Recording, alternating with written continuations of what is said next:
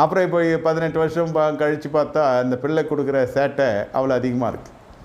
நடுவில் எங்கடா போனேன், நடுவில் இவன் பண்ண சேட்டை அதிகமாக இருக்குது. கர்த்தருக்குள்ளே இவன் கொடுக்குற இவனுடைய கிரியைகள் கொஞ்சம் நஞ்சமும் இல்லை.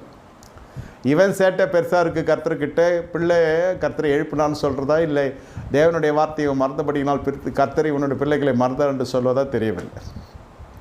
இவன் கர்த்தரை கீழ்ப்படிக்கிறது இல்லை, அப்புறம் பிள்ளை எப்படி கீழ்ப்படிக்கும்? ஆனால் பிள்ளை கீழ்ப்படியாமல் மட்டும் ஐயாவுக்கு கண்களுக்கு தெரிகிறது. தான் எங்கு போயிருக்கிறோம் ஆவிக்குரிய வாழ்க்கையில் அது தெரியவில்லை. இதனால்தான் சொல்லப்படுகிறது, சத்தியத்தை கேட்டு சத்தியத்தின் மூலம் வருகிற பங்கு பாகம் அது பெருசு.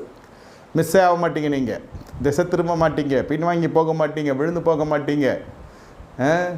சரியாக இருக்கும் உங்கள் ஞானஸ்தானம். தைரியமாக ஞானஸ்தானம் எடுக்காதவர்கள் இந்த சத்தியத்தின் அடிப்படையில் மனம் திரும்பி எடுக்கிற விரும்புகிறல என்னை தொடர்பு கொள்ளுங்க, விசுவாசிங்க.